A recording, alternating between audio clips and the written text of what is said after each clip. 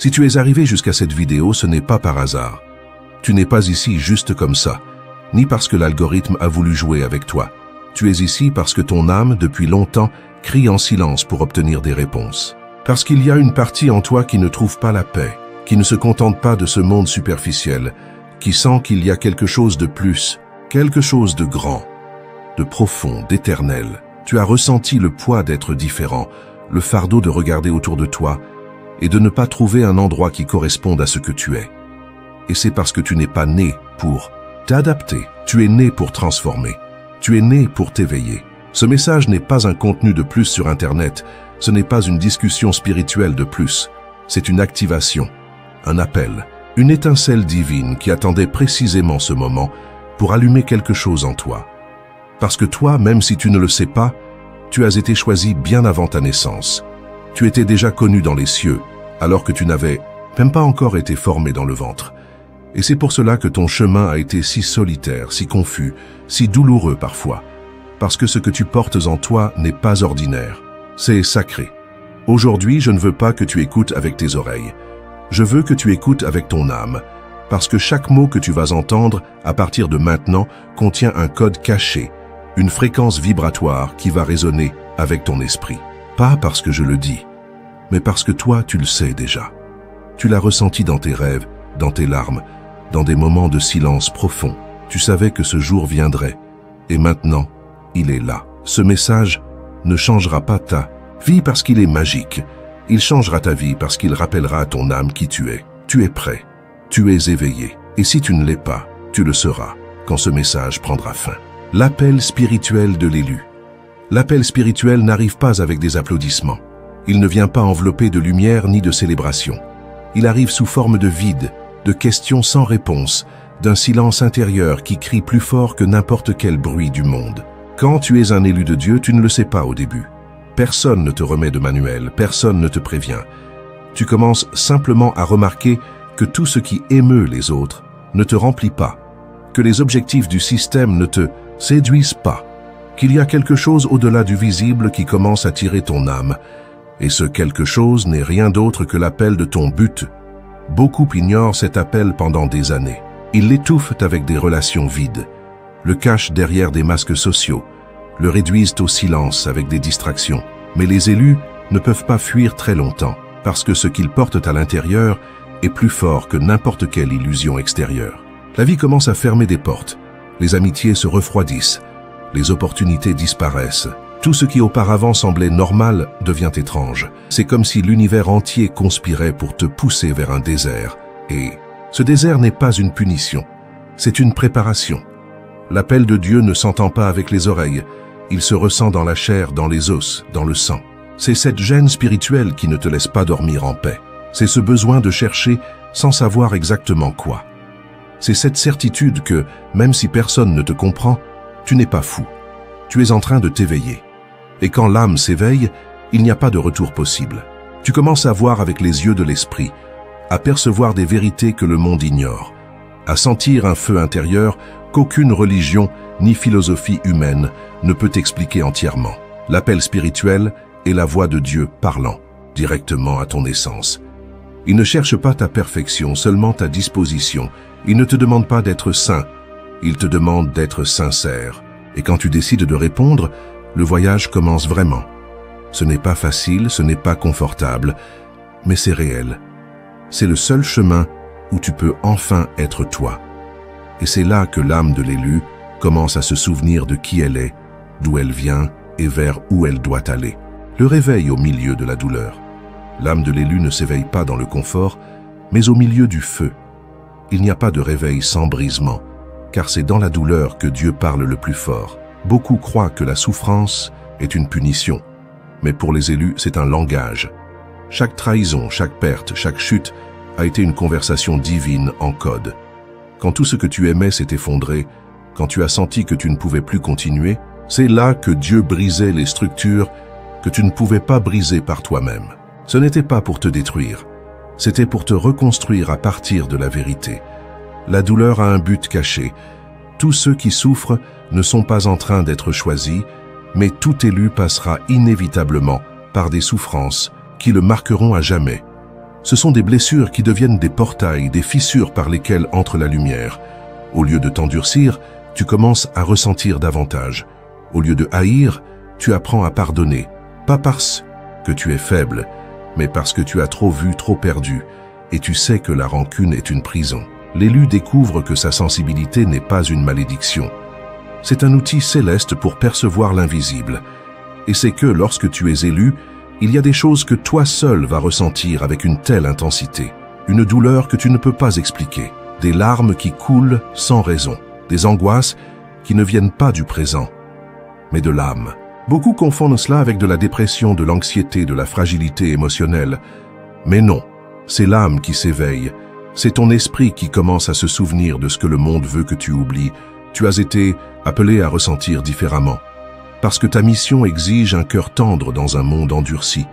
Et même si cela fait mal, c'est ta plus grande force. Dieu permet ce processus pour te dépouiller de tout ce dont tu n'as pas besoin. Relations, désirs, masques, même des parties de ton identité qui t'ont été imposées par la société ou la famille. Tout cela se brise dans le four de la douleur. Et lorsqu'il ne reste plus rien, alors émerge ce qui est authentique, ton essence, ton feu, ton appel. Le réveil n'est pas confortable, mais il est glorieux, parce que l'homme qui sort du feu n'est plus le même que celui qui y est entré. Il en sort avec des yeux spirituels, avec de l'autorité, avec un but. Et ce réveil marque le début d'une vie qui ne sera plus jamais la même. La solitude de l'élu est le but caché. L'un des signes les plus évidents dans la vie d'un élu, c'est la solitude.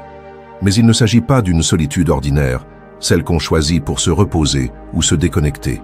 C'est une solitude imposée par le ciel, une solitude qui te poursuit même au milieu de la foule.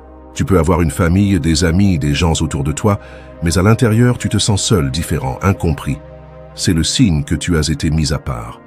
Dieu ne t'isole pas par cruauté, mais pour te protéger. Parce qu'il y a des choses que personne ne peut comprendre en toi, sauf lui. La solitude n'est pas une punition, c'est un entraînement. Quand tu es choisi, tu dois être séparé du bruit, des distractions, des influences humaines. C'est dans ce silence profond que ton oreille spirituelle s'affine. Tu commences à entendre des choses que tu ignorais auparavant. Tu perçois des signes, des rêves, des visions. Le monde te traite de fou, d'exagéré, de trop sensible. Mais ce qui se passe en réalité, c'est que tu es en train d'être aligné avec ton design originel. Et ce design a besoin d'espace pour s'activer. Beaucoup ont perdu leur appel à cause de la peur d'être seuls, mais ceux qui acceptent la solitude trouvent leur but. Dans cette phase d'isolement, Dieu commence à te révéler des vérités cachées. Il te montre qui tu es vraiment, au-delà du nom, de la profession, des étiquettes sociales. Tu découvres que tu as une mission spécifique qui ne peut être reproduite par personne d'autre. Tu es une pièce unique dans le plan divin. C'est pour cela que tu souffres de ce qui n'affecte pas les autres. C'est pour cela que ton chemin a été différent, parce que ton âme est connectée à des choses que le monde ne voit pas, et ton processus fait partie d'un design céleste plus grand que toi. Et ici, quelque chose de puissant se produit quand tu acceptes la solitude comme faisant partie du voyage. Tu arrêtes de chercher la validation humaine. Tu n'as plus besoin d'être compris, ni d'être applaudi, ni d'être suivi. Ta valeur ne dépend plus des yeux du monde, mais des yeux de Dieu. Et à ce moment-là, l'âme se fortifie, parce que lorsque tu ne crains plus d'être seul, tu es prêt à être utilisé par le ciel. La solitude de l'élu est le théâtre où se révèle son but caché. Et une fois que tu le vois, tu ne peux plus revenir en arrière. Le souvenir de qui tu es est l'activation finale. Il y a un moment dans la vie de l'élu où quelque chose change pour toujours. Ce n'est pas un événement extérieur, ce n'est pas une victoire visible, ce n'est pas une reconnaissance humaine. C'est un souvenir, pas de l'esprit, mais de l'âme. Un instant silencieux mais éternel, dans lequel quelque chose en toi te dit « je l'ai toujours su ». Ce moment est une activation. C'est quand, après toute la douleur, après la solitude, après le processus, tu comprends que tu n'as jamais été perdu. Tu étais simplement en train d'être ramené à toi-même. Ce souvenir n'a pas de mots. Tu ne peux pas l'expliquer avec la logique. Tu sais seulement que tu es différent et que cette différence est sacrée. Tu commences à marcher avec une autre posture, non par orgueil, mais par certitude. Tu arrêtes de mendier de l'amour, de chercher l'approbation, de vouloir t'adapter. Ton âme commence à opérer depuis l'esprit, et tout autour de toi commence à changer. Les portes qui autrefois se fermaient, maintenant s'ouvrent. Les personnes qui ne pouvaient pas te voir disparaissent. Celles qui sont alignées avec toi arrivent sans que tu les cherches. Ce n'est pas de la magie. C'est l'ordre divin qui s'active. Quand un élu se souvient de qui il est, son énergie change. Sa présence devient autorité. Il n'a plus besoin de se défendre, d'expliquer sa valeur, ni de justifier ses décisions. Le feu intérieur parle de lui-même. Et il ne s'agit pas de supériorité, mais de clarté. Tu es passé par trop de choses pour continuer à douter. Tu as survécu au silence de Dieu, à la trahison humaine, au poids de l'âme. Si tu es encore debout, ce n'est pas parce que tu es fort, c'est parce que tu as été choisi pour résister à ce que d'autres ne pourraient pas supporter.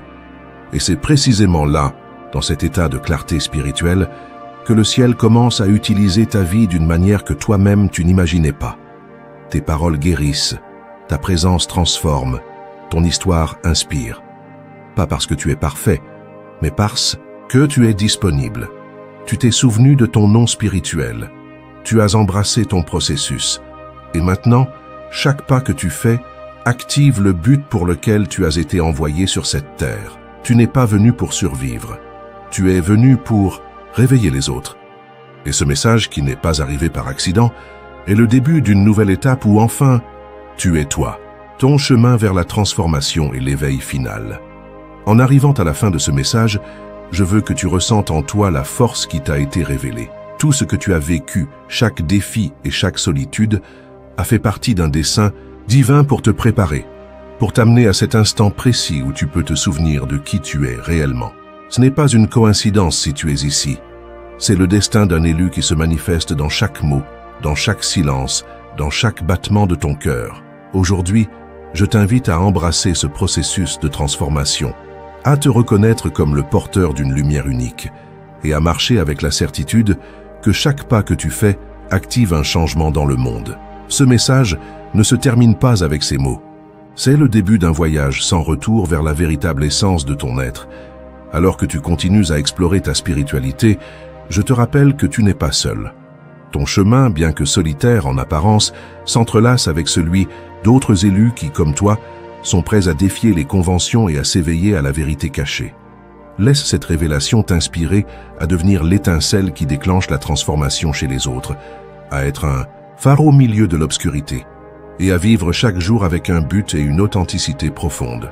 Si ce message a résonné en toi, n'oublie pas de t'abonner à cette chaîne pour ne rien manquer des futurs contenus qui parlent à ton âme.